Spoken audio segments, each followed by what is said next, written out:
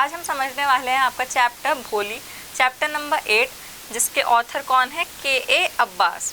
ठीक है, तो ये आपका चैप्टर है भोली। जैसा टाइटल है चैप्टर का वैसा सा ही बिल्कुल कैरेक्टर है। जो मेन कैरेक्टर है हमारी, उनका नाम भी क्या है, भोली, और उन्हीं के ऊपर ये टाइटल दिया गया है हमारे चैप्टर को, भोली। ठीक है, तो उनका जो ट्रेट है ना, वो टाइटल की तरह ही बिल्कुल भोली सी एक बच्ची के बारे में ये स्टोरी है, जिसका नाम भी भोली है। अब भोली हम देखा होगा आपने, यूजुअली जो टर्म यूज़ करते हैं भोली, किसके लिए यूज़ करते हैं कि जो बहुत ज़्यादा इनोसेंट होते हैं, सिंपल होते हैं, सीधे से लोग होते हैं, उनके लिए। तो वैसे ही जो भोली है ना, तो उसका नाम भी ऐसा क्यों रखा गया, उसका रियल नेम है सुलेखा, उस बच्ची का। लेकिन बचपन में किसी इंसिडेंट के कारण बचपन में वो झूले से, एक कैनवास के बैट से क्या होता है, गिर जाती है, जिसकी वजह से उसके माइंड में थोड़ी सी प्रॉब्लम होती है और वो क्या करने लग जाती है, उसके माइंड में प्रॉब्लम होती है तो वो हमेशा पीछे पीछे रहती है कुछ प्रॉब्लम के कारण। आपने आज के ज़माने में अभी फ़िलहाल टर्म सुना होगा स्पेशल चाइल्ड, तो वो एक स्पेशल चाइल्ड होती है।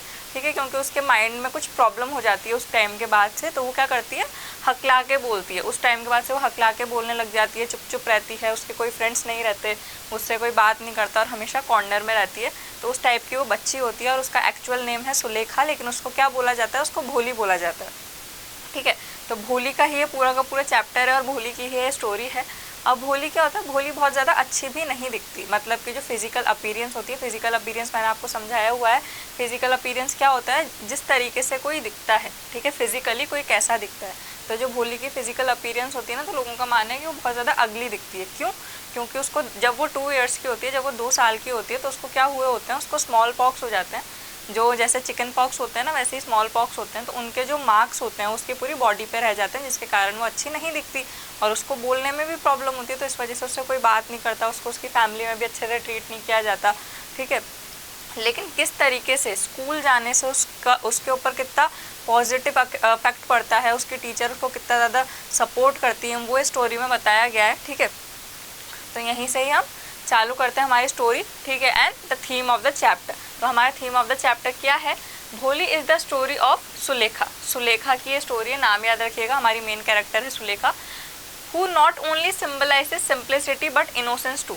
जो कि सिम्बलाइजेस क्या करती है, वो बिल्कुल सिंपल है और बहुत ज़्यादा इनोसेंट है, मतलब कि सीधी है। ठीक है, इस वजह से उनको क्या बोला जाता है, भोली बोला जाता है। She is a young girl neglected by all due to her unattractive physical appearance. ठीक है, अब वो सिंपल सी बच्ची है, इनोसेंट सी बच्ची है, लेकिन उसको नेग्लेक्ट किया जाता है। क्यों? उसकी फिजिकल अपीयरेंस की वजह से, जिस तरीके से वो दिखती है तो वो अच्छी नहीं दिखती, इस वजह से उसको सब इग्नोर करते हैं, उसको इतना ज़्यादा उस पर ध्यान नहीं देते, ना उससे कोई बात करता है। This was all because of pock marks on her face caused by small pox when she was 2 years old. और ये क्यों हुआ?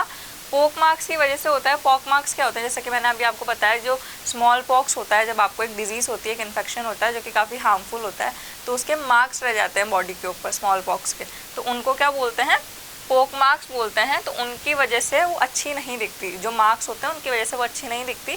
ठीक है, और वो कब हुए होते हैं उसको स्मॉल पॉक्स, जब वो 2 साल की होती है।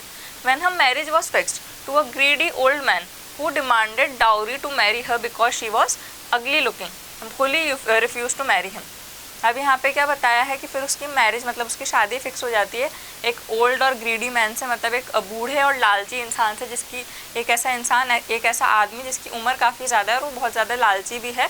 लेकिन जब उसके अच्छा ना दिखने के कारण जो वो अगली यंग मैन है, सॉरी जो अगली ओल्ड मैन है, वो डाउरी डिमांड करता है कि मतलब जब वो देख लेते हैं भोली को कि भोली के फेस पे क्या है, पोक मार्क्स हैं, तो वो डाउरी की डिमांड करते हैं भोली की फैमिली से।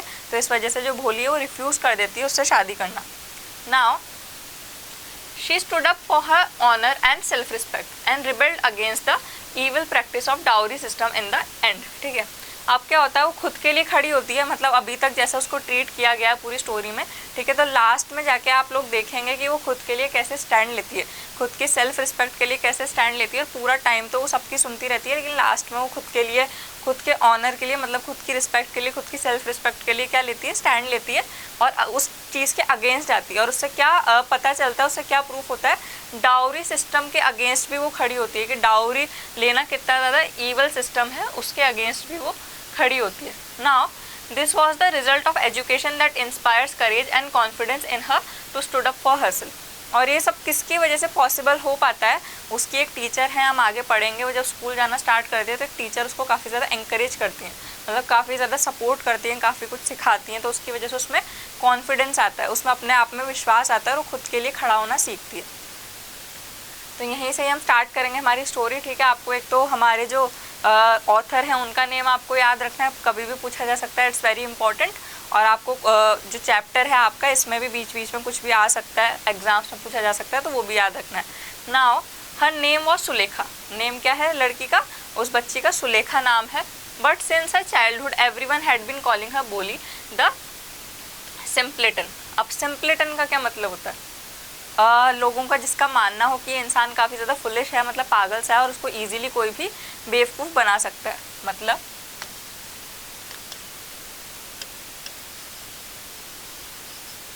जिसको कोई अपने विश्वास में बहुत आसानी से ले ले, एकदम सीधा सा और पागल सा इंसान, उसको क्या कहते हैं? सिम्पलेटन।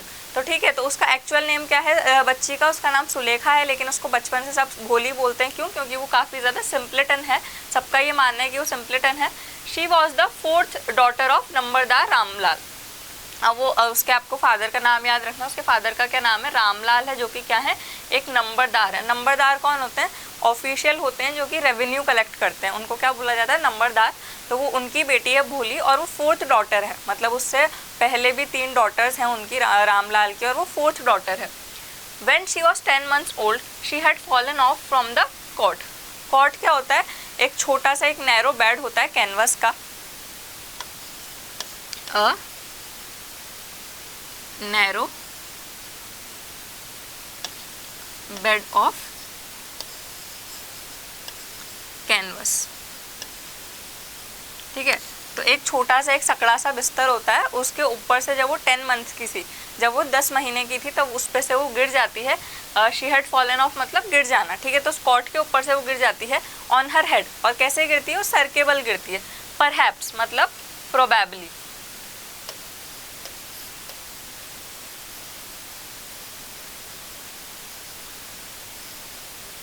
ठीक है। Probably it had damaged some part of a brain, ठीक है। और इसकी वजह से अब आप खुद सोच के देखिए, कितना छोटा सा 10 महीने का बच्चा है, अगर इतना ज़ोर से वो गिरेगा, इतनी नाजुक कंडीशन में वो किसी बेड के ऊपर से गिर जाएगा, वो भी सर के बल, तो उसका जो सर है, ब्रेन है, कितना नाजुक है, तो कितनी जल्दी वो डैमेज हो सकता है। तो उसकी वजह से हो सकता है, बताया गया है यहाँ पे कि कुछ पार्ट उसके ब्रेन का क्या हो गया था? डैमेज हो गया था जब वो गिरी थी। That was why she remained a backward child, और इस वजह से वो हमेशा पीछे पीछे रही है।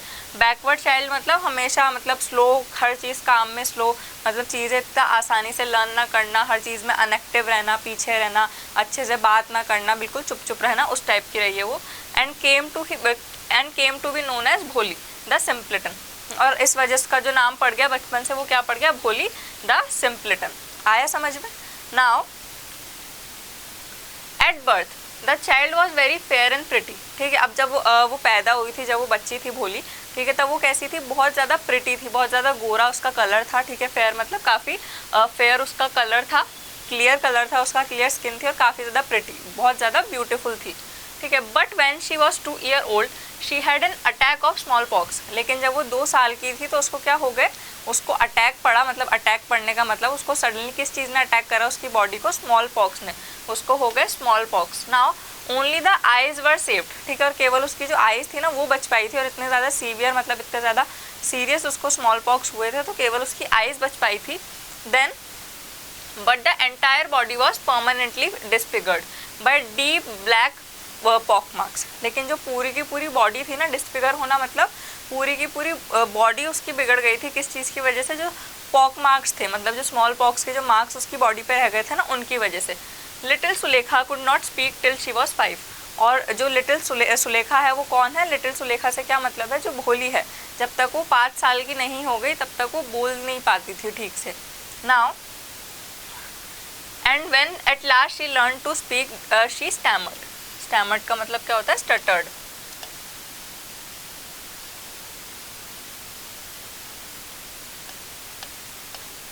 लेकिन जब वो बोलना सीखी, मतलब यहाँ क्या बताया कि जब तक वो 5 साल की थी तब तक तो वो बोल नहीं पाती थी लिटिल सुलेखा, लेकिन जब वो बोलना सीखी तो वो हकलाने लगी, मतलब हकला हकला के बात करती थी वो। The other children often made fun of her and mimicked her, mimicked करना मतलब नकल उतारना, ठीक है। तो जो बाकी के बच्चे थे तो उसकी क्या करते थे, बहुत ज़्यादा नकल उतारते थे और उस पर हंसते थे, उसका मजाक उड़ाते थे जिस तरीके से वो बोलती थी उस पर। As a result she talked very little. और इस चीज़ का क्या रिजल्ट हुआ, जब आप देखिए कोई बच्चा इतना छोटा सा है और इस कंडीशन में अगर वो अच्छे से नहीं बोल पा रहा, अच्छा नहीं दिख रहा, उसके कोई मजाक उड़ाएगा ना तो वो बहुत चुप सा हो जाएगा, ठीक है, उसको काफ़ी ज़्यादा बुरा लगेगा। तो वैसे ही हुआ सुलेखा के साथ भी, वैसे ही हुआ भोली के साथ भी कि जब वो 5 साल की थी उसके बाद वो बोलना सीखी तो वो हकला के बोलती थी, लेकिन लोग उसकी मिमिक्री बनाते थे, मतलब उसका मजाक उड़ाते थे, उसकी नकल उतारते थे, तो इस वजह से वो फिर कम बोलने लगी, बहुत ज़्यादा कम वो बोलती थी, मतलब वो बहुत ज़्यादा अंडर कॉन्फिडेंस हो गई। Ramlal had 7 children. जो रामलाल है मतलब जो भोली के पापा हैं, उनके कितने टोटल 7 चिल्ड्रन हैं। ये आपसे पूछा जा सकता है एग्जाम में एज अ 1 मार्कर, ठीक है। How many children did Ramlal had, तो रामलाल के कितने चिल्ड्रन थे, Ramlal had 7 children. Now 3 sons and 4 daughters, उनके 3 बेटे थे, 3 सन्स और 4 डॉटर्स, और 4 बेटियां थी। Now and the youngest of them was भोली, और जो सबसे छोटी थी, उनकी जो 4 डॉटर थी उसमें जो सबसे छोटी थी वो कौन थी, भोली। इसलिए हमें स्टार्टिंग में बताया गया है कि रामलाल की वो 4th डॉटर थी, क्योंकि भोली से पहले 3 डॉटर्स उनकी और थी जो कि भोली की एल्डर सिस्टर्स थी। Now it was a prosperous farmers house hold. Prosperous क्या होता है, मतलब कि वेल्दी, अच्छा खासा हाउस होल्ड था उनका, मतलब खाने पीने की, ग्रेन्स की, किसी चीज़ की कोई कमी नहीं थी, एक अच्छा खासा प्रॉस्पेरस घर था, एक अच्छी खासी लिविंग थी उसकी, फार्मर हाउस होल्ड था वो। And there was plenty of eat to drink, मतलब प्लेंटी ऑफ मतलब इनफ। मैंने बताया ना आपको कि खाने पीने की कोई कमी नहीं थी, अच्छा खासा प्रॉस्पेरस मतलब वेल्दी रिच फार्मर का वो घर था, और खाने पीने की कहीं से कहीं तक कोई कमी नहीं थी। ऑल द चिल्ड्रन एक्सेप्ट भोली वर हेल्दी एंड स्ट्रॉन्ग, और भोली को छोड़ के सारे के सारे जितने भी बच्चे थे घर के वो स्ट्रॉन्ग थे और काफ़ी ज़्यादा हेल्दी थे। The sons had been sent to the city to study in schools and later in colleges. और जो सन थे, मतलब जो कि बेटे थे, बेटियों को तो नहीं, क्योंकि बेटियों की तो शादी करवानी है। बहुत पहले का उनका नैरो माइंडनेस चलती थी, बहुत पहले का विलेज है, तो वहाँ का जो थिंकिंग थी वो भी कैसी थी, काफ़ी बैकवर्ड थी। तो उन्होंने क्या करा कि सारे बेटों को सिटी में भेज दिया था पढ़ने के लिए, अच्छी खासी वेल्दी फैमिली थी, और उनको स्कूल के बाद में कॉलेजेस भी भेज दिया गया था पढ़ने के लिए। Of the daughters Radha the eldest had already been married, और जो डॉटर्स थी, जो उनकी बेटियां थी, तो सबसे ज़्यादा ओल्ड कौन थी, सबसे ज़्यादा बड़ी कौन थी, राधा, जिनकी शादी हो चुकी थी। Now the second daughter Mangla's marriage had also been settled, और जो सेकेंड डॉटर थी उनका क्या नाम था, मांगला। ये आपको नेम याद रखना है। जो एल्डेस्ट डॉटर थी किनकी, रामलाल की, उनका क्या नाम था, Radha, and the second daughter was मांगला। तो मांगला की भी शादी सेटल होना मतलब फिक्स हो चुकी थी। And when that was done Ramlal would think of the third, Champa. और जब वो सेटल हो चुकी थी, मतलब जब मंगला की शादी फिक्स होने के बाद में, जब उनकी शादी होती, उसके बाद में रामलाल किन के लिए सोचना स्टार्ट कर देते, चंपा, जो कि कौन है, 3rd डॉटर है। They were good looking healthy girls and it was not difficult to find bridegroom for them. Bridegroom कौन होता है, हम बोलते ना दुल्हा, जिससे शादी होने वाली होती है लड़की की, उनको बोला जाता है bridegroom। तो वो ऐसा बोला गया है यहाँ पे कि जो डॉटर्स हैं सारी की सारी भोली को छोड़ के काफ़ी गुड लुकिंग है, मतलब प्रिटी हैं, अच्छी दिखती हैं और हेल्दी हैं, तो उनके लिए ब्राइडग्रूम ढूंढना ज़्यादा डिफ़िकल्ट काम नहीं था, ज़्यादा मुश्किल काम नहीं था। Now but Ramlal was worried about Bholi, she had neither good looks nor intelligence. लेकिन रामलाल को किसकी टेंशन थी, ऑब्वियस सी बात है, रामलाल को भोली की काफ़ी ज़्यादा टेंशन थी। क्यों? क्योंकि भोली गुड लुकिंग भी नहीं थी, मतलब अच्छी भी नहीं दिखती थी, और ना ही वो इंटेलिजेंट थी, ना ही उनमें समझ थी किसी चीज़ की, ना ही वो इंटेलिजेंट थी। नाउ भोली वॉज 7 years old व्हेन मांगला वॉज मैरिड। ठीक है, जब 7 साल की थी भोली, तब तक मांगला की शादी हो चुकी थी। भोली केवल 7 साल की थी और मांगला की शादी हो चुकी थी। Now the same year a primary school for girls was open in their village. ठीक है, और उसी साल सेम ईयर एक प्राइमरी स्कूल खोला गया विलेज में, मतलब उस गांव में एक प्राइमरी स्कूल, मतलब छोटा सा स्कूल होता है ना, जो प्राइमरी क्लासेस होती हैं तब तक का स्कूल खोला गया वहाँ की केवल गर्ल्स के लिए, वहाँ की केवल बच्चियों के लिए। द तहसीलदार, तहसीलदार कौन होता है, तहसीलदार होते हैं इनकम टैक्स ऑफिसर आप बोल सकते हैं। ठीक है, sahib came to perform its opening ceremony. अब जो तहसीलदार हैं वो आते हैं ओपनिंग सेरेमनी के लिए, मतलब उस स्कूल की जो ओपनिंग सेरेमनी होती है ना, जो उद्घाटन होता है, उस सेरेमनी के लिए आते हैं तहसीलदार साहिब। Now he said to Ramlal, as a revenue official, ठीक है, you are the representative of the government in the village and so you must set an example to the villagers, you must send your daughters to the school. अब जो तहसीलदार हैं, ठीक है, वो रामलाल से क्या कहते हैं कि एज अ रेवेन्यू ऑफिशियल, मतलब आप जो रेवेन्यू ऑफिशियल है ना, तो आप गवर्नमेंट को रिप्रेजेंट कर रहे हैं एक तरीके से, तो आपको जो अपनी बच्चियां हैं उनको तो आपको स्कूल में भेजना ही चाहिए। तभी तो जैसे आप भेजोगे एक रेवेन्यू ऑफिशियल होके, गवर्नमेंट के रिप्रेजेंटेटिव होके, जब आप भेजोगे तभी तो बाकी लोग भेजेंगे, ठीक है, तो आपको अपनी डॉटर्स को स्कूल में ज़रूर भेजना चाहिए। अब that night when Ramlal consulted his wife, consulted मतलब टू टेक एडवाइस,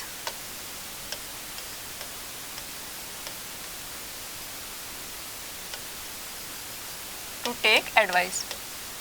फिर घर जाके जो रामलाल है ना, आप पूरी स्टोरी में देखेंगे कि वो अपनी वाइफ से एक बार ज़रूर पूछते हैं, हर चीज़ के लिए एडवाइस लेते हैं। तो रामलाल और उनकी वाइफ कौन हो गई, भोली की मदर हो गई ऑब्वियसली। तो अब जो रामलाल हैं वो जाते हैं और भोली की मदर से मतलब अपनी वाइफ से कंसल्ट करते हैं, पूछते हैं। शी क्राइड, ठीक है, are you crazy, if girls go to school who will you marry them, sorry who will marry them now. अब वो जाती हैं, ठीक है, और वो बोलती हैं ज़ोर से चिल्ला के कि आप पागल हो गए हो क्या, आर यू क्रेजी, अगर बच्चों को स्कूल भेज देंगे तो फिर उनसे शादी कौन करेगा। अब यहाँ पे हमें जो नैरो माइंडनेस है और जो बैकवर्डनेस है ना उस जगह की और इतने पुराने टाइम की, वो पता चलती है उस विलेज की, ठीक है, कि उनका मदर है ना वो भी सपोर्टिव नहीं है, वो भी यही बोल रही हैं कि अगर बच्चे स्कूल चली जाएंगी तो उनको उनसे शादी कौन करेगा। But Ramlal had not the courage to disobey, मतलब टू रिफ्यूज टू ओबे।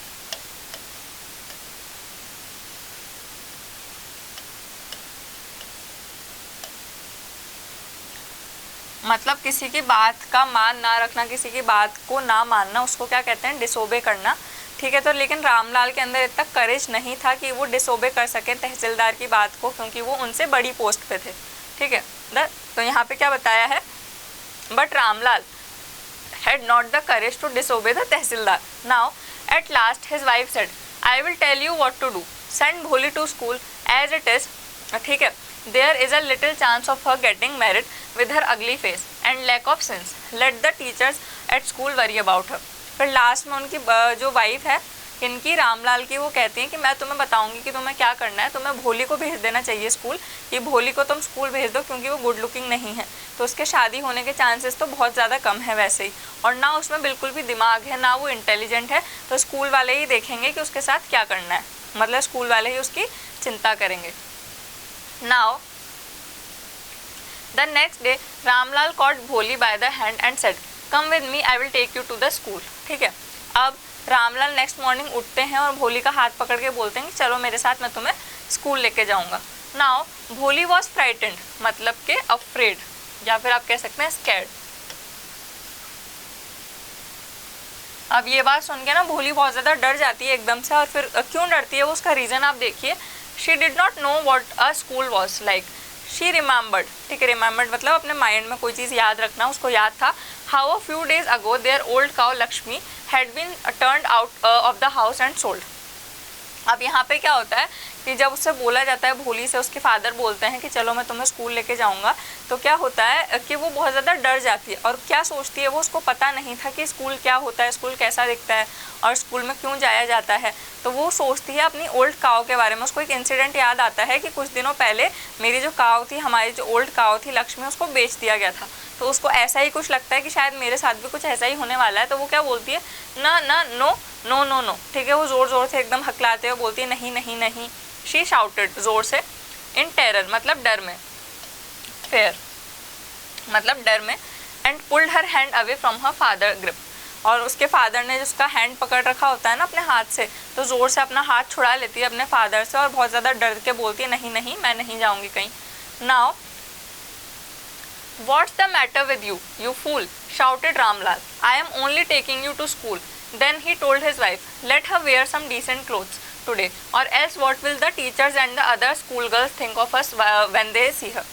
अब यहाँ पे क्या बताया है कि जो भोली है जब वैसे रिफ्यूज़ करती है तो उसके फादर ज़ोर से उसके ऊपर शाउट करते हैं कि तुम्हारे साथ में बात क्या है, क्या मैटर है, क्या सिचुएशन है, मतलब इतना बुरी तरीके से उसको स्कोल्ड करके बोलते हैं कि तुम्हारे साथ में बात क्या है, यू फूल, ऐसे बोलते हैं उसको। आप देखिए, आपको वे ऑफ टॉकिंग पता चल रहा है कि उस बच्ची को घर में किस तरीके से ट्रीट किया जाता होगा और किस तरीके से लिया जाता होगा, इस वजह से उसके अंदर बिल्कुल भी कॉन्फिडेंस नहीं है। नाउ फिर वो अपनी वाइफ से कहते हैं, सॉरी पहले वो उससे कहते हैं भोली से, कि तुम्हारे साथ में मैटर क्या है, यू फूल, मैं तुम्हें सिर्फ स्कूल लेके जा रहा हूँ। फिर वो अपनी वाइफ से कहते हैं कि आज इसको थोड़े डिसेंट मतलब साफ़ सुथरे से और थोड़े अच्छे से कपड़े पहनाना, क्यों, क्योंकि आज ये स्कूल जा रही है और अगर ये अच्छे कपड़े पहन के नहीं जाएगी ना तो सब सोचेंगे कि कैसे ये कपड़े पहन के आई है, और हमारे बारे में वो क्या सोचेंगे, बाकी की जो स्कूल गर्ल्स हैं वो क्या सोचेंगी। Now new clothes had never been made for Bholi, the old dresses of her sisters were pass to her, no one cared to mend, mend मतलब रिपेयर,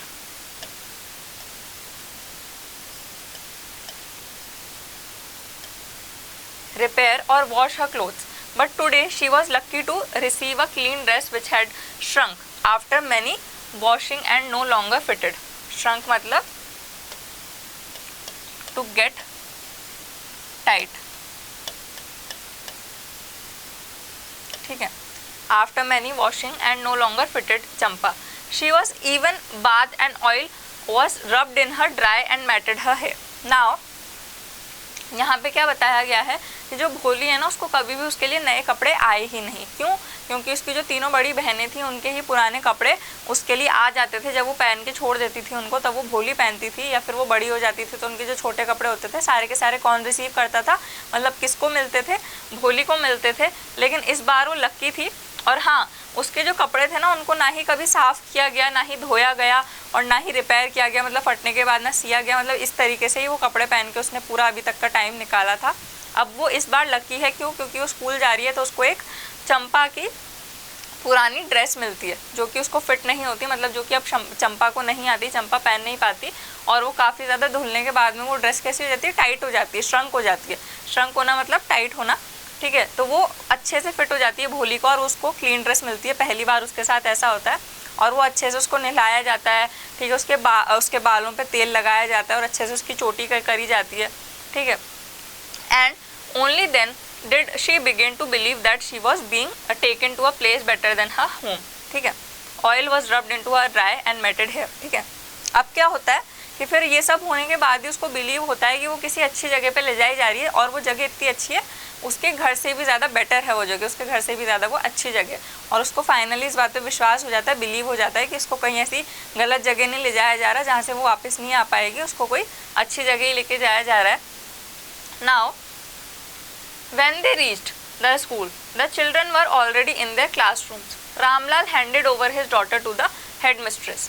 अब जो हेड मिस्ट्रेस होती है मतलब जो टीचर है वहाँ की स्कूल की, अब क्या होता है पहले से ही वहाँ पे सारी की सारी स्कूल गर्ल्स होती हैं। स्कूल गर्ल्स क्यों, उस क्लासरूम में स्कूल गर्ल इसलिए होती है क्योंकि वो गर्ल्स का ही स्कूल होता है, गर्ल्स स्कूल होता है, तो क्लासरूम में सारे के सारे चिल्ड्रन होते हैं, मतलब सारी की सारी गर्ल्स होती हैं, और रामलाल जाके भोली को थमा देते हैं, पकड़ा देते हैं, किनको, हेड मिस्ट्रेस को। Now left alone the poor girl looked about her with fear laden eyes. अब यहाँ पे क्या बताया कि डर भरी आंखों से, जब अकेला उसको छोड़ के चला गया, मतलब अकेला उसको छोड़ के जाया गया, उसके फादर उसको अकेला थमा के चले गए टीचर को, और वो बहुत डर गई, तो वो बिल्कुल अपनी डर भरी आंखों से देख रही थी सबको। Now there were several rooms and in each room girls like her squatted on mats, और वहाँ पे क्लासरूम्स तो काफ़ी सारे होते हैं, तो जैसा वो क्लासरूम है ना जिसमें भोली है, वैसे ही वहाँ पे काफ़ी सारे क्लासरूम हैं, और हर रूम में एक नीचे मैट बिछी हुई है, मतलब एक चटाई बिछी हुई है, और सारे के सारे स्क्वेटेड मतलब आलती पालती मार के सारी की सारी जो बच्चियाँ हैं ना लेग्स फोल्ड करके वहाँ पे बैठी हुई है। एंड रीडिंग फ्रॉम बुक्स और राइटिंग ऑन स्लेट्स, और वो रीड कर रही हैं बुक से या फिर जो उनकी स्लेट होती है ना उसके ऊपर लिख रही हैं। The head mistress asked Bholi to sit down in a corner in one of the classroom, और जो हेड मिस्ट्रेस हैं वो भोली से बोलती हैं कि एक कॉर्नर में जाके बैठ जाओ, ठीक है, मतलब किसी जो रूम में वो हैं उस रूम के कॉर्नर में जाके वो भोली बैठ जाए। Now Polly did not know what exactly a school was like and what happened there, but she was glad to find so many girls, almost of her own age, present there. She hoped that one of these girls might become her friend. ठीक है, अब भोली क्या बहुत ज़्यादा glad मतलब बहुत ज़्यादा खुश हो जाती है, ग्लैड मतलब हैप्पी,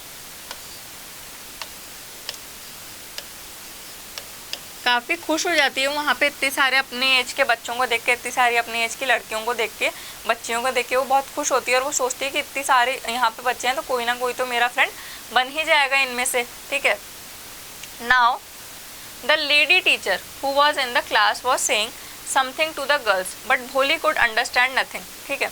अब जो लेडी टीचर हैं, वहाँ की जो क्लास की लेडी टीचर हैं, वो सब बच्चियों से कुछ ना कुछ कहती हैं, कुछ ना कुछ बोलती हैं, लेकिन बोली को कुछ भी समझ में नहीं आता।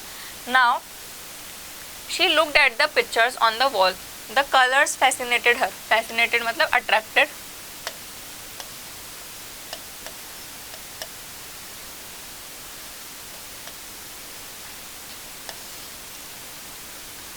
अब ना भोली को कुछ समझ में नहीं आ रहा है, जो कि क्लास टीचर या फिर जो टीचर है वहाँ की लेडी टीचर वो बोल रही हैं, उन्हें समझ में नहीं आता। तो भोली जो वॉल के ऊपर पिक्चर बनी हुई है, तस्वीरें बनी हुई है, उनको देखती है, और जो वहाँ पे कलर उसको काफ़ी सारे दिखते हैं ना, उससे वो काफ़ी ज़्यादा अट्रैक्ट होती है। छोटी सी बच्ची और बहुत ज़्यादा खुश होती है उन्हें देख के। The horse was brown just like the horse on which the tehsildar had come to visit their village. ठीक है, जो हॉर्स है, जो हॉर्स की पिक्चर है वो ब्राउन कलर की है, बिल्कुल वैसी ही जैसे ब्राउन कलर के एक हॉर्स पे तहसीलदार आते हैं विजिट करने, कहाँ पे, विलेज में। The goat was black like the goat of their neighbour. ठीक है, और जो गोट है, ठीक है, जो बकरी है वो कैसी है, ब्लैक कलर की है, बिल्कुल वैसी ही जैसी उनके नेबर की, मतलब उनके पड़ोसी की जो गोट है वैसी। Now the parrot was green like the parrot she had seen in the mango orchard. Orchard यहाँ पे क्या होता है, गार्डन। अब यहाँ पे वो बताती है कि जो ग्रीन है ना, ग्रीन कलर की पिक्चर किसकी है, पैरेट की है, बिल्कुल उन्हीं पैरेट की तरह जो कि उसने कहाँ पे देखे थे, मैंगो के गार्डन्स में देखे थे। And the cow was just like their Lakshmi, और जो काउ की पिक्चर है वो बिल्कुल कैसी है, बिल्कुल लक्ष्मी की तरह है, उनकी जो काउ है वैसी।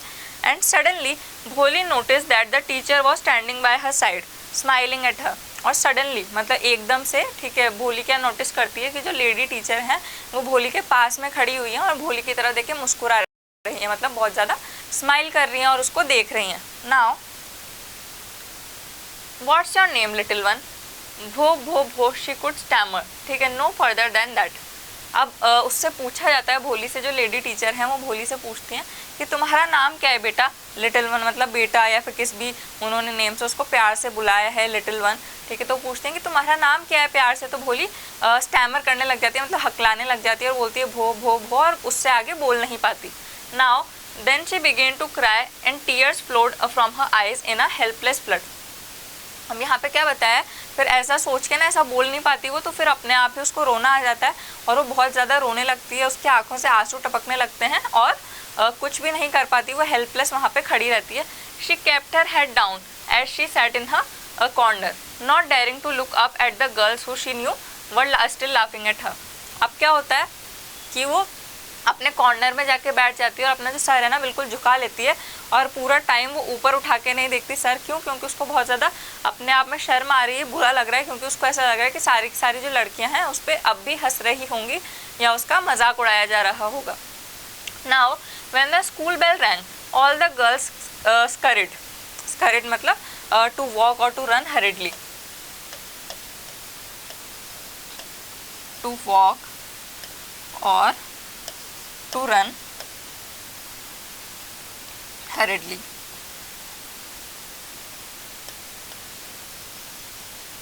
अब जैसे ही स्कूल की जो बेल होती है ना, जब वो घंटी बजती है स्कूल की, तब सारी की सारी बच्चियां बाहर भागती हैं, एकदम रश करती हैं बाहर। Out of the classrooms, classroom से बाहर वो जाती हैं। द भोली डेयर्ड नॉट टू लीव, ठीक है, for corner her head still lowered. Lowered मतलब बो डाउन।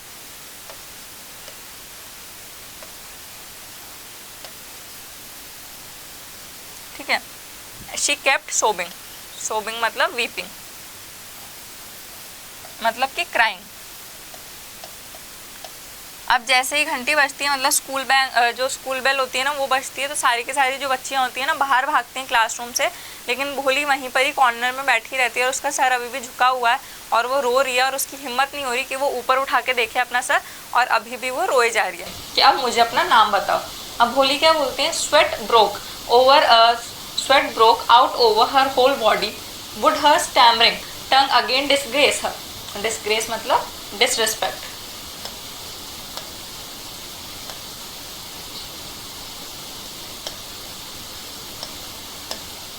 तो अब क्या होता है, पूरी बॉडी से उसके एकदम नर्वसनेस आ जाती है। यहाँ पे स्वेट ओवर मतलब पसीना पसीना हो जाती है उसकी पूरी बॉडी।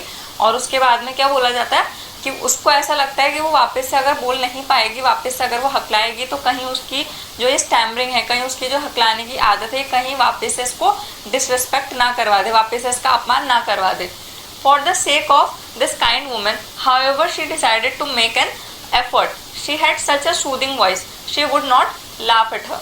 उसके बाद में जो काइंड टीचर होते हैं ना, केवल उनके कहने पे, सेक मतलब केवल उनके कहने पे वो सोचती है कि क्यों ना मैं एक एफर्ट, एक और कोशिश करूं। क्यों? क्योंकि ये काइंड वुमेन है, काफ़ी ज़्यादा अच्छी है, लेडी हैं, ये मेरे ऊपर हंसेंगी तो नहीं, मेरा मजाक तो नहीं उड़ाएंगी अगर मैं नहीं बोल पाई तो वो एक एफर्ट करती है, एक प्रयास करती है बोलने का। नाउ भ भ भो भो शी बिगेन टू स्टैमर। फिर वापस से हकलाते हुए वो बोलने लगती है अपना नाम, भ भ भो भो ऐसे करके। Well done, well done. ठीक है, the teacher encourage her. Encourage मतलब मोटिवेटेड।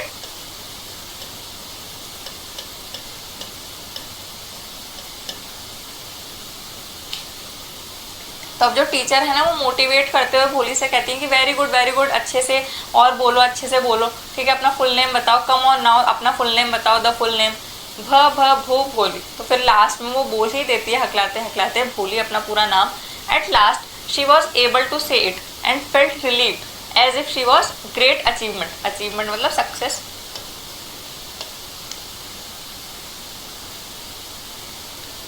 फिर फाइनली जब भोली अपना नाम बोल देती है ना, तो उसको अपने आप में बहुत रिलीफ मतलब बहुत रिलैक्स्ड फील होता है। ठीक है, रिलीव्ड मतलब relaxed.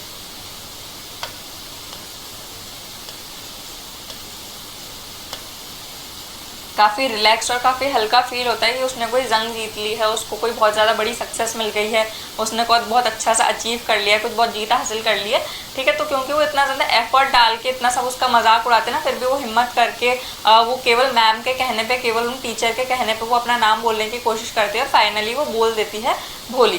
Then well done, the teacher patted her affectionately.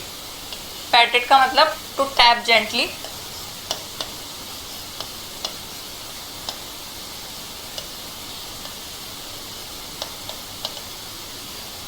मतलब प्यार से उसके सर पे एकदम थपथपाते हुए टीचर बोलती हैं। अफेक्शनेटली मतलब lovingly.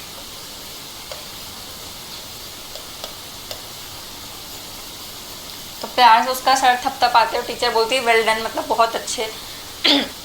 And said put the fear out of her your out sorry put the fear out of your heart and you will be able to speak like everyone else. ठीक है, अब जो teacher होती है ना वो क्या बोलती है भोली से कि अपने दिल से जो डर है ना, ये fair, please put it out. ठीक है, इसको बाहर निकाल दो, उसके बाद तुम अच्छे से बोल पाओगी सबके सामने। ठीक है, now Bholi looked up as if you ask really. अब यहाँ पे क्या बताया, put the fear of your heart so that you can speak like others. मतलब अपने दिल से जो ये डर है ना इसको निकाल दो, अपने दिल से ये जो झिझक है, ये डर है, इसको निकाल दो, तब तुम दूसरों के जैसे बाकी सबकी तरह बोल पाओगी, सबके सामने बोल पाओगी। तो भोली ऊपर देखते हुए उनसे पूछती है अपने मन में रियली, मतलब ऐसा लगता है कि वो पूछना चाह रही है कि सच में क्या वो बोल पाएगी ऐसे। Now yes yes it will be very easy, you just come to school every day, will you come. ठीक है, अब जो टीचर होती हैं वो बोलती हैं यस यस मतलब हाँ हाँ तुम बिल्कुल बोल पाओगी, लेकिन क्या तुम डेली स्कूल आओगी। ठीक है, हर दिन क्या तुम स्कूल आओगी। ठीक है, विल यू कम। तो भोली नोडेड मतलब वो अपना सर हिलाते हुए, अपना हेड हिलाते हुए भोली बोलती है कि हाँ मैं आऊँगी। नाउ नो से इट लाउड। फिर जो टीचर होती हैं वो बोलती है कि नहीं ज़ोर से बोलो इस चीज़ को। नाउ ये yes and Bholi herself was astonished that she had been able to say it. मतलब भोली में अपने आप में कॉन्फिडेंस आ गया था इस चीज़ का कि हाँ वो अपने आप में मान चुकी थी इस चीज़ को कि हाँ उसने जब बोला कि हाँ अब वो बोल पाएगी, बाकियों की तरह वो भी बोल पाएगी बिना हकलाए। Now didn't I tell you, now take this book. ठीक है, अब the book was full of nice pictures and the pictures were in colour, dog, cat, goat, horse, parrot, tiger and cow just like Lakshmi, and with every picture was a word in big black letters. Letters क्या होते हैं, alphabets मतलब कि अक्षर। ठीक है, तो अब उनको वो बुक देती हैं, जो टीचर होती हैं वो भोली को बुक पकड़ाती हैं कि इस बुक को रखो। ठीक है, और उस बुक के अंदर पिक्चर्स होती हैं। ठीक है, जो वो वॉल के ऊपर पिक्चर देख रही थी ना, वैसे ही उस बुक के ऊपर पिक्चर्स होती हैं, काफ़ी सारी डॉग की, एनिमल्स की होती है, तरह तरह के, गोट की, काऊ की, एलिफेंट की, और कलरफुल होती हैं वो पिक्चर्स, और उनके नीचे अल्फ़ाबेट्स लिखे होते हैं, अक्षर लिखे होते हैं। जैसे किसी डॉग की वो पिक्चर होगी ना तो उसके नीचे डी लिखा हुआ होगा, तो इस तरीके के वो अल्फ़ाबेट्स लिखे होते हैं। Now in a month you will be able to read this book, then I will give you a bigger book, then a still bigger one. In time you will be more learned than anyone else in the village. फिर वो जो teacher होती हैं वो कहती हैं कि है ना, एक मंथ में तुम इस बुक को पढ़ना सीख जाओगी, और फिर जब तुम इस बुक को पढ़ना सीख जाओगी तो मैं तुम्हें इससे बड़ी बुक दूंगी, फिर उससे बड़ी बुक दूंगी, और फिर पूरे पूरे विलेज में, पूरा का पूरा जो गांव है पूरे विलेज में तुम सबसे अच्छे से बोल पाओगी, सबसे अच्छे से बात कर पाओगी और अच्छे से लर्न कर पाओगी चीज़ों को। Now then no one will ever be able to laugh at you. People will listen to you with respect and you will be able to speak without the slightest stammer. उसके बाद में वो बोलती हैं टीचर कि सब तुम्हें बहुत ज़्यादा रिस्पेक्ट के साथ में तुमसे बात करेंगे और बिना हकलाए तुम सबसे बोल पाओगी, तुम बिल्कुल भी इतना सा भी झिझकोगी नहीं और बिना स्टैमर करे, बिना स्टटर करे तुम अच्छे से बोल पाओगी। अंडरस्टैंड, मतलब तुम्हें समझ में आया कि बिल्कुल भी डरने की ज़रूरत नहीं है, कोई भी तुम पे नहीं हंसेगा, तुम सबकी तरह अच्छे से बोल पाओगी बिना ज़रा सा भी हकलाए। Now go home and come back early tomorrow morning. फिर जो टीचर होती है वो बोलती है कि हाँ बेटा अब अपने घर जाओ और सुबह जल्दी आ जाना। Now Bholi felt it suddenly, all of the bells in the village temple were ringing and the trees in front of the school household had blossomed, मतलब bloom.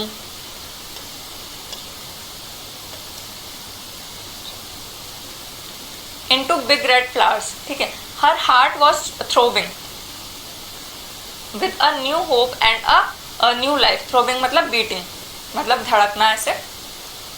तो होता क्या है कि जब भोली जा रही होती है, जब उसे टीचर ये बात कहती हैं तो भोली को क्या बहुत ज़्यादा खुशी सी होने लगती है और एकदम से उसको ऐसा फील होता है कि जो मंदिर है ना, टेम्पल की जो घंटियाँ सारी की सारी वो बज रही हैं, बेल रिंग कर रही है, और जो ट्रीज़ है ना वो काफ़ी ज़्यादा रेड रेड से हो रहे हैं, बड़े बड़े से हो रहे हैं, ब्लूम कर रहे हैं, मतलब एकदम से खिल रहे हैं, उनमें से बड़े बड़े से रेड कलर के फ्लावर्स, और उसका जो दिल है ना वो भी बहुत ज़्यादा खुश हो जाता है। उसके अंदर एक होप आती है, एक वो आता है, बहुत ज़्यादा कॉन्फिडेंस आता है, एक होप आती है कि नई लाइफ उसको, एक जैसे उसकी लाइफ है ना उससे अच्छी एक उसको न्यू लाइफ मिल पाएगी जब वो बोलना अच्छे से सीखेगी और काफ़ी सारी नई चीज़ें जो उसको टीचर ने प्रॉमिस करी है वो आगे सीखेगी। Now thus the year passed. The village became a small town. The little primary school became a high school. There were now a cinema under a tin shed and a cotton ginning. Cotton ginning mill क्या होती है कि एक मिल होती है जिसमें से क्या होता है, जो कॉटन के सीड्स होते हैं ना उनमें से रुई को अलग किया जाता है, कॉटन को अलग किया जाता है। The mail train began to stop at the railway station. तब होता क्या है कि साल बीतते जाते हैं, साल बीतने के बाद में क्या होता है, जो स्कूल होता है ना, जो विलेज होता है एक छोटा सा टाउन बन जाता है, मतलब डेवलप हो जाता है टाउन के साथ में, और जो प्राइमरी स्कूल होता है वो अब हाई स्कूल बन जाता है, मतलब और ज़्यादा आगे की क्लासेस वहाँ पे पढ़ाई जाने लग जाती हैं। Now there were now a cinema, एक सिनेमा होता है वहाँ पे, सिनेमा आपको पता है ना मूवी हॉल होता है टिन के नीचे, और एक कॉटन गिनिंग की मिल होती है वहाँ पे। The mail train began to stop at the railway station, और जो मेल ट्रेन होती है वो उनके रेलवे स्टेशन पर रुकने लग जाती है। One night after dinner Ramlal said to his wife, then shall I accept Bishamber's proposal. Proposal क्या होता है, ऑफर। तब होता क्या है कि एक रात को डिनर के टाइम पे जो रामलाल हैं वो अपनी वाइफ से बात कर रहे होते हैं और वो पूछते हैं उनसे कि क्या मुझे भिशंबर का जो प्रपोजल है, जो ऑफर है वो एक्सेप्ट कर लेना चाहिए। तो उनकी वाइफ क्या जवाब देती हैं, yes certainly. His wife said, Bholi will be lucky to get such a well to do bridegroom, a big shop, a house of his own, and I hear several thousand rupees in deposits. Deposit मतलब in the bank, ठीक है। Moreover he is not asking for any dowry. तब होता क्या है, जब रामलाल पूछता है डिनर के टाइम पर अपनी वाइफ से कि क्या मुझे भिशंबर का प्रपोजल एक्सेप्ट कर लेना चाहिए, तो उनकी वाइफ कहती है कि यस सडनली, मतलब हाँ बिल्कुल तुम्हें एक्सेप्ट कर लेना चाहिए। क्यों? क्योंकि इतना अच्छा ग्रूम उसको बहुत मुश्किल से मिलेगा, वो काफ़ी खुशनसीब है कि उसे इतना अच्छा ग्रूम मिल रहा है, इतना अच्छा ब्राइड ग्रूम मिल रहा है। उसकी खुद की एक बड़ी सी शॉप है, एक घर है, ठीक है, और मैंने सुना है कि काफ़ी सारे हज़ारों रुपये उसके बैंक अकाउंट में हैं, ठीक है, एज अ सेविंग। और साथ के साथ में वो डाउरी, डाउरी क्या होती है, मतलब जो दहेज होती है ना, कि वो दहेज भी नहीं मांग रहा, वो दहेज की भी डिमांड नहीं कर रहा। तो हाँ बिल्कुल आपको ये प्रपोजल एक्सेप्ट कर लेना चाहिए। That's right, but he is not so young, you know, almost the same age as I am, ठीक है, and as he also limps. Limps क्या होता है, चलने में प्रॉब्लम होती है, पैर में चोट लगने के कारण कुछ चलने में प्रॉब्लम होना, उसको कहते हैं लिम्स, ठीक है। Now moreover the children from his first wife are quite grown up. अब यहाँ पे क्या बताया गया है कि जो रामलाल है वो कहते हैं कि हाँ लेकिन तुम सही कह रही हो, लेकिन जो भिशमदर्स है उसकी एज काफ़ी ज़्यादा है, वो लगभग मेरी एज का है। मतलब कि जो ब्राइड ग्रूम की बात यहाँ पे की जा रही है ना भोली के लिए, वो भोली का ब्राइड ग्रूम उसके पिताजी की, उसके फादर की उम्र का है। सो नाउ वो कहते हैं कि जो ब्राइड ग्रूम है ना उसकी एज लगभग मेरी तरह है, मेरे जितना वो बड़ा है, और साथ के साथ में उसकी जो वाइफ थी उससे पहले भी उसकी वाइफ रही है और उनके चिल्ड्रन काफ़ी ज़्यादा बड़े बड़े से हैं। मतलब आप देख रहे हैं कि उनकी मदर ये चीज़ देख रही हैं कि एक शॉप है और बैंक अकाउंट में इतने सारे पैसे हैं, कितनी ज़्यादा खुशनसीब है भोली।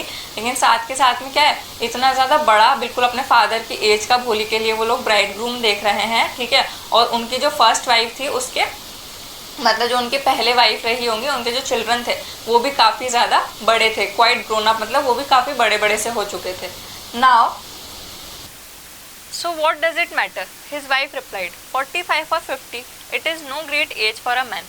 We are lucky that he is from another village and does not know about her pockmarks and her lack of sense. If we don't accept this proposal, she will remain unmarried all her life. तो अब यहाँ पे क्या होता है, जो उनकी wife होती है रामलाल की, वो कहती है कि तो क्या हुआ, उसकी एज कितनी होगी, जो ब्राइड ग्रूम है उसकी कितनी एज होगी, 45 होगी या फिर 40 होगी, और ये कोई ज़्यादा उम्र नहीं होती है आदमियों के लिए, ठीक है। और अच्छी बात यह है कि वो दूसरे गांव से, दूसरे विलेज से बिलोंग करते हैं, तो उनको भोली के जो पॉक मार्क्स हैं उनके बारे में नहीं पता, जो उसके फेस पर पूरी बॉडी पे जो पॉक मार्क्स हैं उसके बारे में नहीं पता, और वो इंटेलिजेंट नहीं है, उसके अंदर बिल्कुल सेंस नहीं है, इस चीज़ के बारे में भी नहीं पता। तो ये चीज़ हमारे लिए अच्छी है, और अगर हम ये प्रपोजल, ये ऑफ़र एक्सेप्ट नहीं करते तो वो अपनी पूरी लाइफ अनमैरिड रह जाएगी, फिर कौन उससे शादी करेगा। Now yes but I wonder, wonder का क्या मतलब होता है, to think, to think what Bholi will say. फिर जो रामलाल होते हैं ना वो सोचते हैं बिल्कुल धीरे से कि हाँ लेकिन मैं सोच रहा हूँ कि भोली क्या कहेगी इस चीज़ के लिए। What will that witless one से, विटलेस मतलब फुलिश। तो जो मदर होती हैं भोली की वो बोलते हैं कि हाँ वो पागल, वो फुलिश सी लड़की, वो क्या ही कहेगी, वो विटलेस क्या ही कहेगी।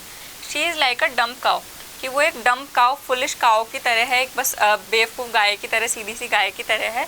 May be you are right, muttered मतलब विस्पर रामलाल।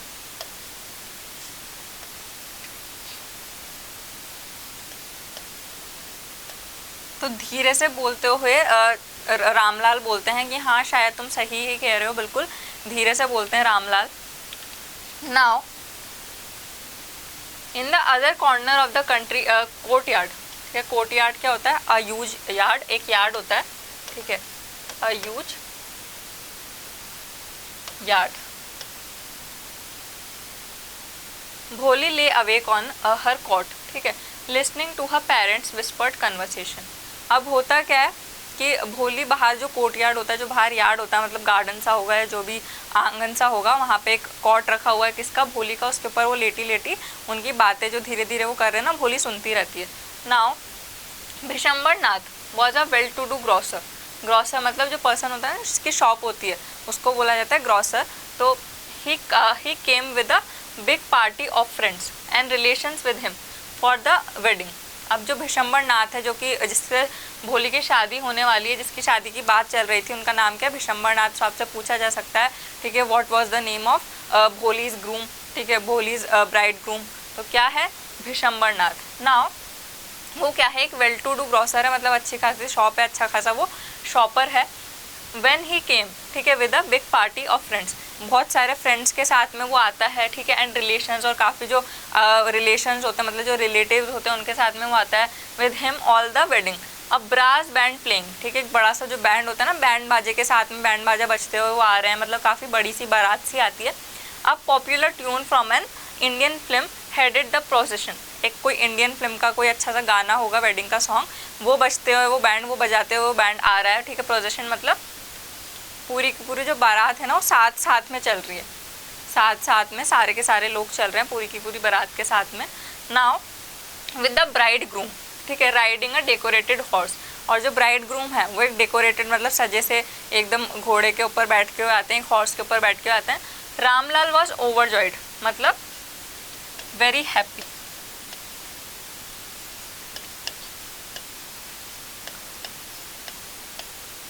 अब जो रामलाल होते हैं ना वो ये सब देख के बहुत ज़्यादा खुश हो जाते हैं, बहुत ज़्यादा, ठीक है। Now to see such pomp and splendour, pomp and splendour का क्या मतलब होता है, शो ऑफ ग्रैंड,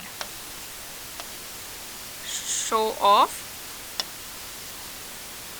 ग्रैंडोर। मतलब इतनी है ना शानो शौकत देख के जो रामलाल होते हैं, भोली के फादर होते हैं, वो काफ़ी ज़्यादा खुश हो जाते हैं, बिल्कुल फूले नहीं समाते। Then he had never dreamed that his fourth daughter would have such a grand wedding. ठीक है, तो उन्होंने कभी भी नहीं सोचा था कि इतनी आलीशान और इतनी यूज, ग्रैंड का मतलब क्या होता है, यूज, तो उन्होंने कभी भी नहीं सोचा था कि उनकी जो फोर्थ डॉटर है ना, जो भोली है, उसकी इतनी आलीशान, इतनी ह्यूज वेडिंग होगी।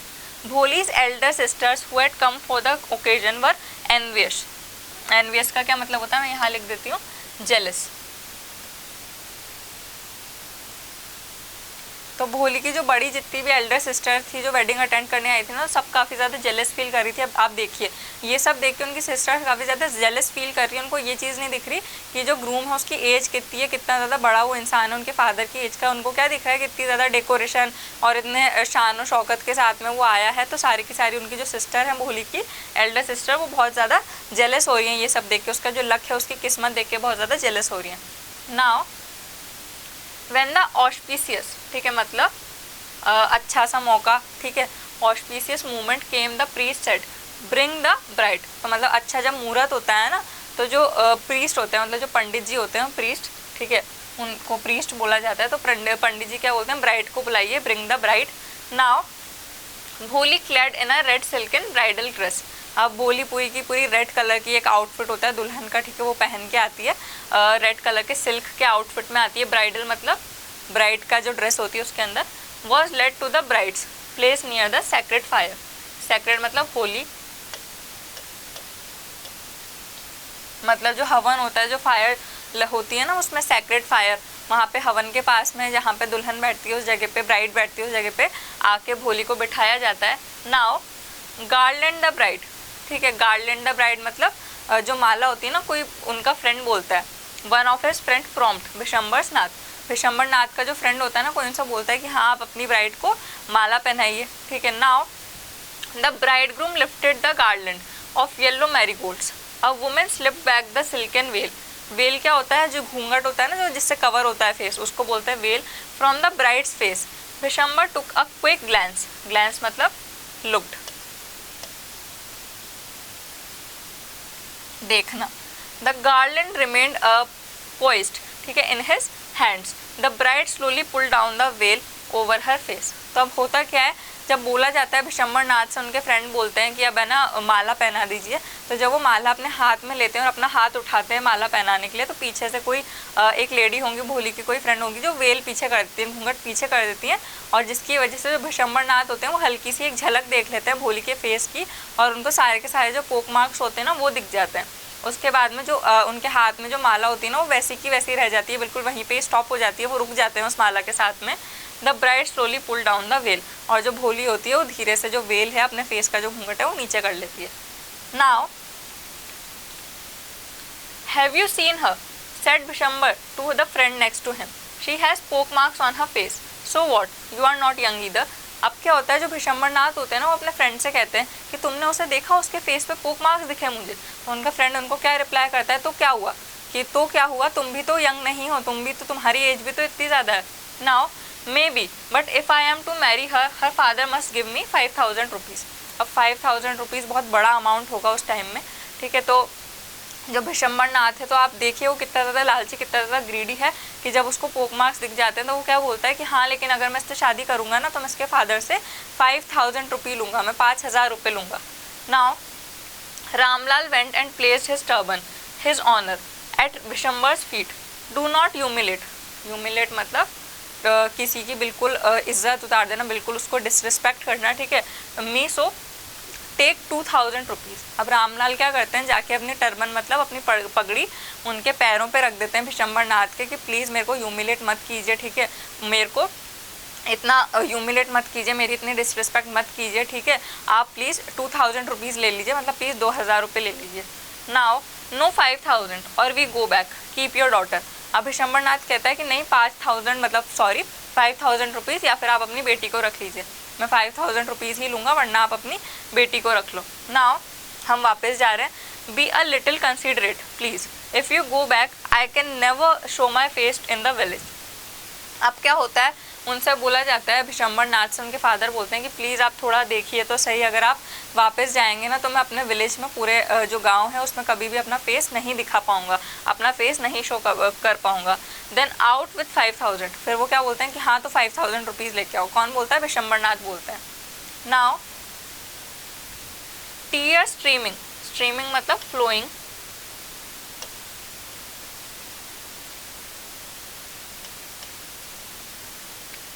down his face. Ramlal went in, opened the safe and counted out the notes. He placed the bundle at the bridegroom's feet. अब बिल्कुल उनके रामलाल जो भोली के फादर है ना, उनकी आंखों से आंसू बहे जा रहे हैं, ठीक है, रोते रोते है ना, वो क्या करते हैं अंदर जाते हैं और अपने सेफ में उनके जितने भी पैसे तिजोरी में रखे होंगे ना वो काउंट करते हैं, नोट को लाके, नोट का जो बंडल होता है उनको लाके भिशंबर नाथ के फीट पे, पैरों पे रख देते हैं। Now on Bishamber's greedy face appeared a triumphant, में ट्रायम्फेंट मतलब स्माइल ऑफ विक्ट्री।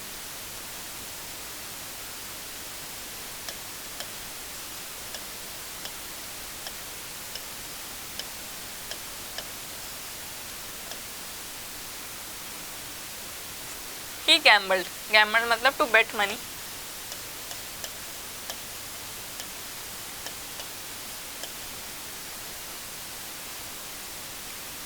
अब क्या होता है जब ऐसा होता है ना, उनको पैसे दे दिए जाते हैं जितने मांगे होते हैं उन्होंने, तो भिशंबर नाथ के फेस पे बहुत ज़्यादा एकदम ऐसे लगता है कि जीत की कोई इसके फेस पे स्माइल आई है, ठीक है, क्यों? क्योंकि उन्होंने पैसे ही तो मांगे थे, गैम्बल मतलब उन्होंने पैसे मांगे थे, उनको मिल गए और काफ़ी खुश हो गए वो।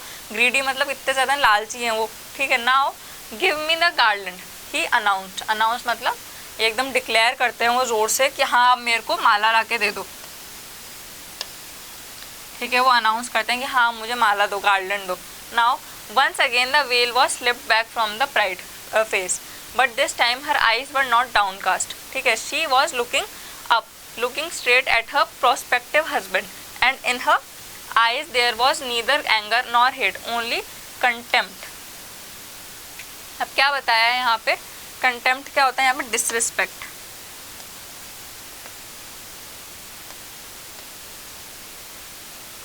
नहीं sorry, a person who doesn't deserve respect।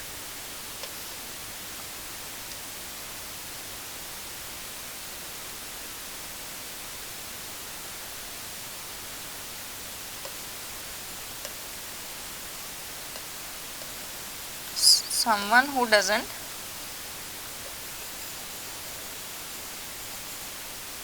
deserve respect।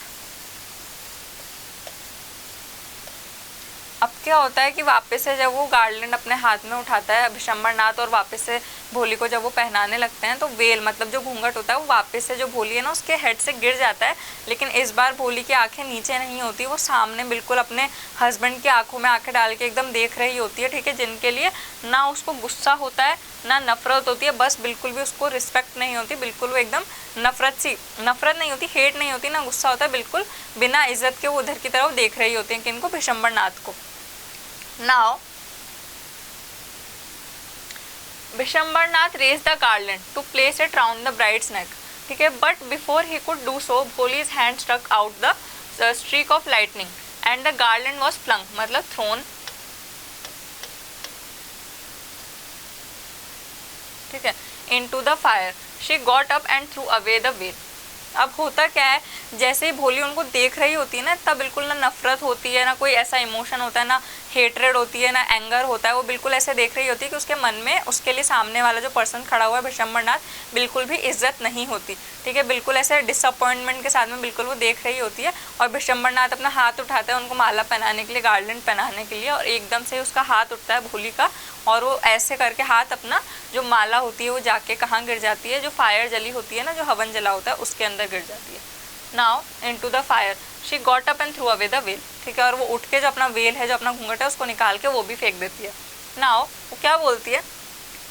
पिताजी said Bholi in a clear and loud voice, and her father, mother, sister, brother, relations and neighbours were startled, startled मतलब अमेज्ड।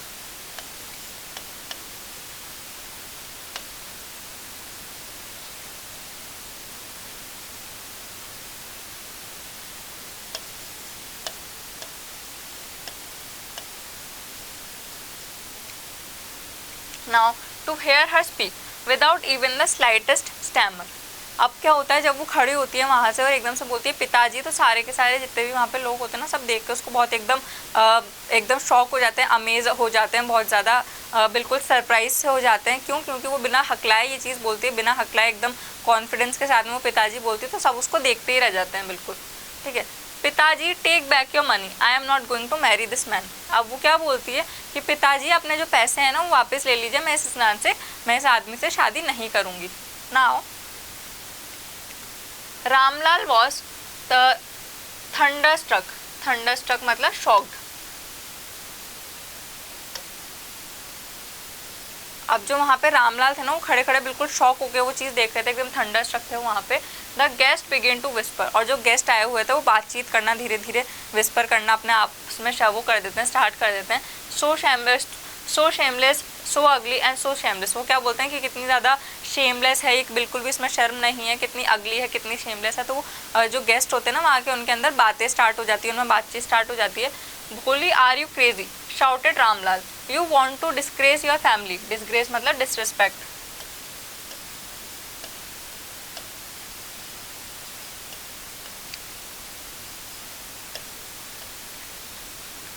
अब सब ऐसे बातचीत करने लग जाते हैं। तो जो रामलाल हैं, जो भोली के फादर हैं, वो भोली से बोलते हैं कि भोली, क्या तुम पागल हो, क्या तुम क्रेजी हो, तुम अपनी फैमिली की क्या इंसल्ट करवानी है, क्या तुम अपनी फैमिली की डिसरिस्पेक्ट करानी है। Have some regard of our इज्जत, कि प्लीज़ हमारी इज्जत का कुछ ख्याल करो, प्लीज़ हमारी इज्जत का तो कुछ ख्याल करो। For the sake of your izzat, said Bholi, I was willing to marry this lame old man, but I will not have such a mean, greedy and contemptible coward as my husband, I won't. अब भोली क्या कहती है कि बस आपकी इज्जत के लिए, ठीक है, आपकी सेक ऑफ योर इज्जत की, केवल आपकी इज्जत की वजह से ही, आपकी इज्जत का ख्याल रख के ही मैं इस इंसान से शादी करने के लिए तैयार हो गई थी। लेकिन मैं कभी भी इस ग्रीडी मतलब इतने लालची, कंटेम्पेबल मतलब जिसके लिए उसको बिल्कुल भी कोई इज्जत नहीं हो, ठीक है, जो बिल्कुल भी इज्जत डिजर्व ही नहीं करता हो, जो इज्जत पाने के लायक ही नहीं हो, ठीक है, और कावर्ड मतलब not courageous.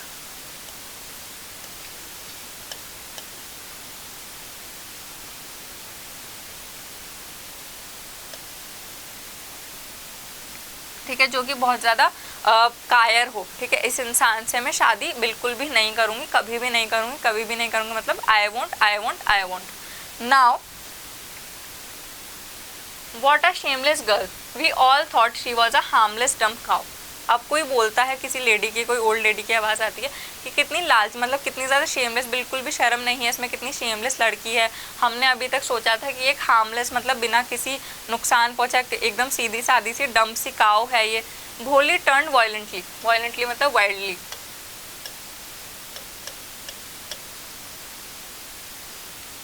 On the old women, yes auntie, you are right, you all thought I was a dumb driving cow, that's why you wanted to hand me over to this heartless creature, ठीक है, a person without heart, a person without heart,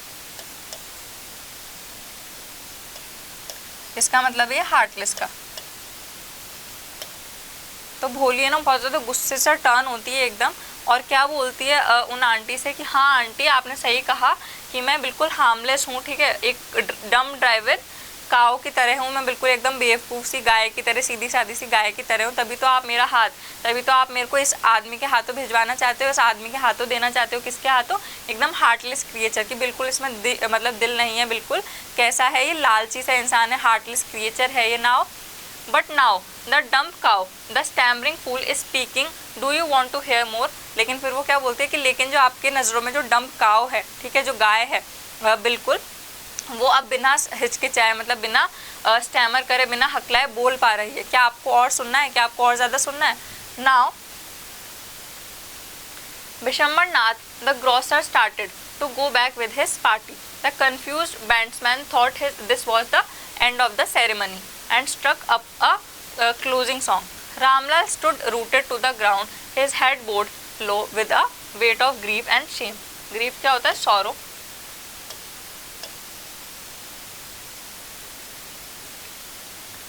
तो अब क्या होता है, विशंबरनाथ अपनी बारात के साथ में वापस जाने लगते हैं, ठीक है। और जो बैंड वाले होते हैं, जो बैंड मेंबर्स होते हैं, उनको समझ में नहीं आता कि अभी क्या चल रहा है, क्या करना चाहिए। तो जो सेरेमनी को एंड करने का वो गाना होता है, जो सॉन्ग होता है, वो प्ले करने लग जाते हैं, ठीक है। और जो रामलाल हैं वो अपनी जगह पे बिल्कुल एकदम चिपके हुए, रूटेड मतलब बिल्कुल चिपके हुए अपने ग्राउंड पे वहीं पे ही खड़े होते हैं, और बिल्कुल उनका जो सर होता है वो शर्म से और दुख से झुका हुआ होता है।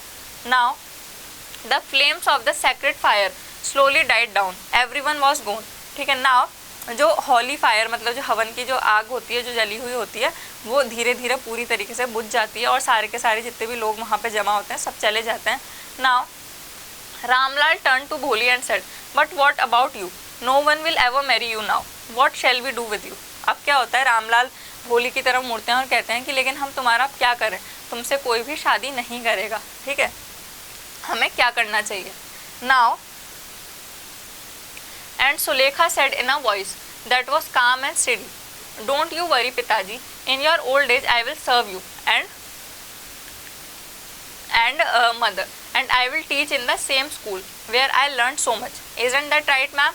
अब वहाँ पे जो मैम होंगी भोली की, ठीक है, जिन्होंने उसको इतना कुछ सिखाया, इतना उसको एजुकेट किया, तो वो भी वहीं पर ही प्रेजेंट होंगी। तो भोली बिल्कुल नॉर्मल सी और एकदम काम सी आवाज़ में, जेंटल सी वॉइस में क्या कहती है कि पिताजी आप टेंशन मत कीजिए, आप बिल्कुल भी परेशान मत होइए कि मैं उसी स्कूल में पढ़ाऊँगी जहाँ पर मैं पढ़ी थी, और वहीं पर ही मैम की तरह अर्न करूँगी, और जब आप बूढ़े हो जाएंगे आपकी ओल्ड एजेस में आपको सर्व करूँगी, मतलब आपका ध्यान रखूँगी और आपको लुक आफ्टर करूँगी, ठीक है। क्या ये चीज़ सही नहीं है ma'am. Now the teacher had all along stood in a corner watching the drama, yes Bholi of course she replied, and in her smiling eyes was the light of a deep satisfaction, ठीक है। Satisfaction मतलब relief, that an artist feel when contemplating the completion of a masterpiece। तो अब यहाँ पे क्या बताया गया है कि जो भोली की मैम होती है वहाँ पे खड़ी हुई होती हैं और वो भोली से बोलती है कि हाँ भोली तुम बिल्कुल सही कह रही हो, और उनके फेस पे बहुत ज़्यादा स्माइल होती है, उनकी जो आइज़ होती है ना, मतलब उनकी मुस्कुराती हुई आँखें, ठीक है, ये चीज़ क्लियर करती हैं कि हाँ उनको बहुत ज़्यादा अपने आप में रिलीफ होता है कि मैं कोई चीज़ निखार है, कोई टीचर की जो रचना है, उनका मास्टरपीस, मतलब जो कुछ भी उन्होंने भोली को सिखाया है वो चीज़ कितनी निखर के आ रही है, उनकी जो उसको इतना कुछ समझाना, उसको इतने मॉरल्स देना, उसको एजुकेशन का इतना सही मीनिंग देना, सब कुछ एक मास्टरपीस की तरह कंप्लीट हो चुका है, बिल्कुल कंप्लीट होकर पूरा होकर उनके सामने है। मतलब उनकी जो फीलिंग है ना बहुत प्राउड है और बहुत ज़्यादा वो खुश हैं उस चीज़ से। तो उनकी जो आइज़ है ना वो ये पूरी की पूरी चीज़ें हैं, जितना भी उनकी ये फीलिंग है ये सब कुछ क्या कर रही है, एक्सप्रेस कर रही है। यस भोली of course she replied, and in her smiling eyes मतलब निखरती हुई आँखें, was the light of deep satisfaction, उनकी आंखों में किस तरीके की लाइट थी, डीप सेटिस्फैक्शन मतलब रिलीफ की, एक बहुत गहरे से रिलीफ की, एक सेटिस्फैक्शन की वो स्माइल थी। दैट एन आर्टिस्ट फील, जो आर्टिस्ट होता है वो फील करता है कंप्लीट, अपना जो मास्टरपीस होता है मतलब अपनी जो रचना होती है, बिल्कुल वैसे ही जैसे कोई आर्टिस्ट है अपनी रचना को देख के बिल्कुल सेटिस्फाइड और बिल्कुल रिलीव्ड फील करता है ना, बिल्कुल वैसे ही उनकी आइज़ में स्माइल है ये सब देख के।